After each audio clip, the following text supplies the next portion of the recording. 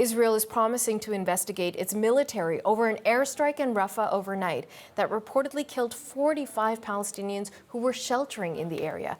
Here's a government spokesman speaking to the BBC. What happened last night is we went after 2 high-value Hamas targets, and it appears from initial reports that somehow a fire broke out, and that sadly took the lives of others. Now, I say it appears to because it is under investigation, and the IDF investigates every accident of this nature to see what actually happened.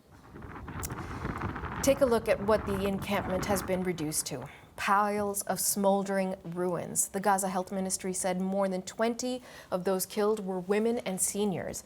Those same officials also say almost 250 people have been wounded. The airstrike has sparked global outrage and happened less than 3 days after the United Nations World Court ordered Israel to abandon its offensive in Rafah. Journalist Sarah Coates joins us now live from Tel Aviv. Sarah, so much reaction, much of it anger over this airstrike, including from Canadian politicians. The NDP federal leader Jagmeet Singh joined the outcry, taking to social media to say the world is failing the people of Gaza. Canada is failing the people of Gaza. We must do everything we can to stop this. So give us a bit more context on that front. This is what's happened in Rafah and what has been the reaction to it, including what Israel is saying. Horrific images indeed, Natasha. This was reportedly on an area that was designated as a safe zone by Israel. Now, really what we're hearing from Israel's military prosecutor underscoring the severity of that incident. Major General Yerushalmi coming out to call it very grave, saying, though, that naturally, in a war of such scope and intensity, difficult events also happen. Now, we had an earlier statement from the IDF saying that this strike was carried out against legitimate targets under international law through the use of precise munitions and on the basis of precise intelligence against 2 senior Hamas officials. But as you did mention there, reaction coming in from right around the world. We've also heard from the UN Palestinian Refugee Agency, UNRWA. It has posted on X that Gaza is now hell on earth, adding that they have lost contact with colleagues in the Gaza Strip. Let's take a listen to what we also heard from the EU's Foreign Policy Chief, Josep Borrell. This is really a dilemma.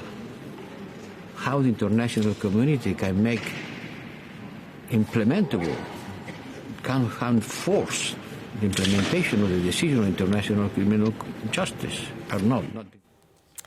Sarah, there's something else we absolutely need to cover. Now, this airstrike happened just hours after the first big rocket attack into central Israel in months. And the rockets were fired from Rafah, and the Hamas has claimed responsibility. That's a major development. Just bring us up to speed on that.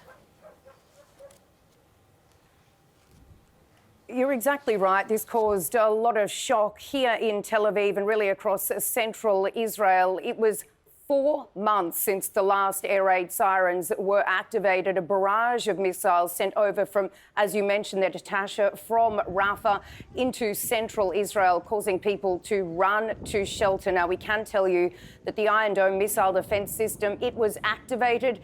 It intercepted quite a large number of these rockets, although some did make it through. And it was just a little further north of me that one of these rockets actually came and hit a house, injuring one person who was then taken to hospital. So certainly this is something that Hamas continues to do, fire rockets from Rafah, really causing a lot of panic here in Israel. So we've got 2-3 days of just absolutely devastating and destructive rocket fire going back and forth. What is all this doing for any possibility of ceasefires or talks of negotiations, a hostage release, anything like that?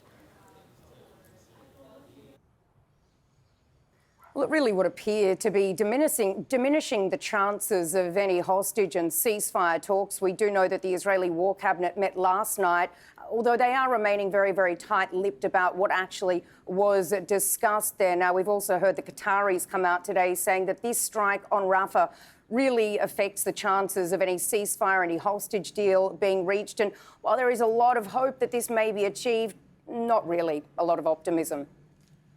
Sarah Coates in Tel Aviv, thank you.